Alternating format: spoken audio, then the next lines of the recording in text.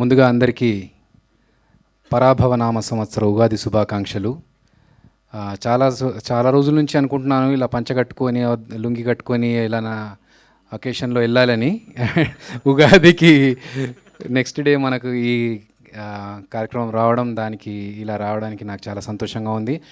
ఈ ఉగాది మనందరికీ మంచి జరగాలని మాతా కామాఖ్య దేవిని కోరుకుంటున్నాను, ప్రార్థిస్తున్నాను. మీ అందరికీ కూడా మంచి జరగాలి, మా టీం అందరికీ మంచి జరగాలని కోరుకుంటున్నాను. ముందుగా నేను చేసిన రెండవ సినిమా ఇది, నేను దర్శకత్వం వహించిన రెండవ సినిమా. మొదటి సినిమా చిరంజీవ.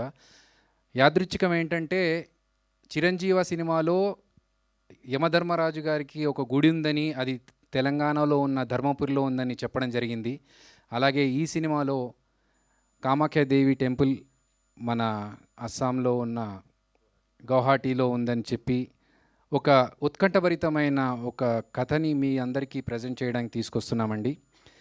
ఈ సినిమాలు అంటే మామూలుగా సినిమా కానీ ఏదైనా కథలు కానీ అనుకున్నప్పుడు ఆ కథలు దాంట్లో నటించే నటీనటులను కానీ సాంకేతిక నిపుణుల్ని కానీ ఆ కథనే ఎన్నుకుంటుంది అని అంటారు. అలా ఈ సినిమాకి అభిరామి గారు కానీ, ఆనంద్ గారు కానీ, సముద్రకని గారు కానీ, సమైరా కానీ వాళ్ళ కోసమే ఈ క్యారెక్టర్స్ని సృష్టించామన్నంతగా ఒదిగిపోయారు క్యారెక్టర్స్లో. Thank you so much. And మాకు చాలా సంతోషంగా ఉంది. అరే, మేము అనుకున్నప్పుడు ఎలాగైతే రాసుకున్నామో ఆ కథలో ఆ క్యారెక్టర్ని అలాగే ప్రజెంట్ చేశారు. చాలా చాలా సంతోషంగా ఉంది. అండ్ నాకు నా రైట్ హ్యాండ్, నా బెస్ట్ ఫ్రెండ్ రిషాన్. సో నా creative director of this film. నేను ఈ కథ అనుకున్నప్పుడు, ఈ కథ రాసుకున్నప్పుడు దాంట్లో అడిషనల్గా స్క్రీన్ ప్లే యాడ్ చేసి ఇంకా ఇలా చేస్తే బాగుంటుందని చాలా సపోర్ట్ చేస్తూ ఎప్పుడైతే మేమిద్దరం కలిసి రమేష్ నేను బాహుబలిలో పరిచయం, ఆయన సెంధిల్ గారి దగ్గర, నేను రాజమౌళి గారి దగ్గర పనిచేసాము. సో అలా మేమిద్దరం టీమప్ అయి ఈ సినిమాకి వర్క్ చేయడం జరిగింది.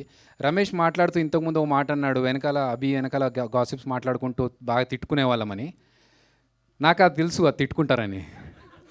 వాళ్ళు తిట్టుకుంటారని తెలిసి కూడా నేను చేయించుకున్నాను వర్క్. ఎందుకంటే నాకు కావాల్సింది పని కావడం ముఖ్యం అక్కడ. అండ్ ఏదున్నా వాళ్ళు ఏమేమనుకుంటున్నారో నాకు తెలిసినా కూడా నేను ఆ వర్క్ జరగాలి కాబట్టి నేను కావాలని కొన్ని కండిషన్స్ పెట్టేవాడిని, అది అవ్వాలని చెప్పేసి.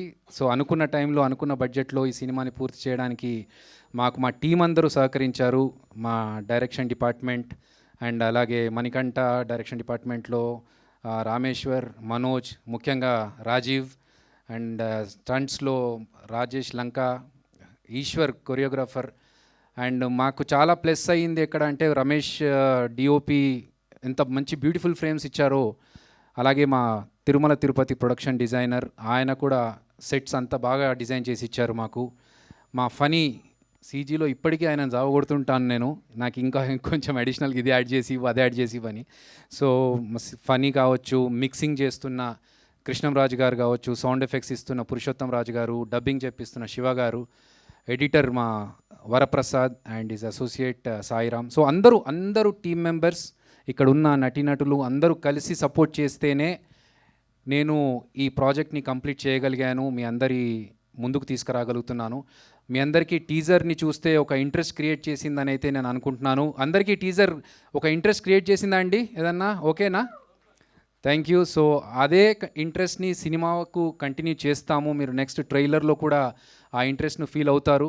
అండ్ అలాగే చాలామందికి ఇప్పుడు నేషనల్ వైడ్గా హిట్ అయిన సినిమా దృశ్యం, అది మలయాళం సినిమా అయినా కూడా దాన్ని తెలుగులో రీమేక్ చేశారు, హిందీలో రీమేక్ చేశారు.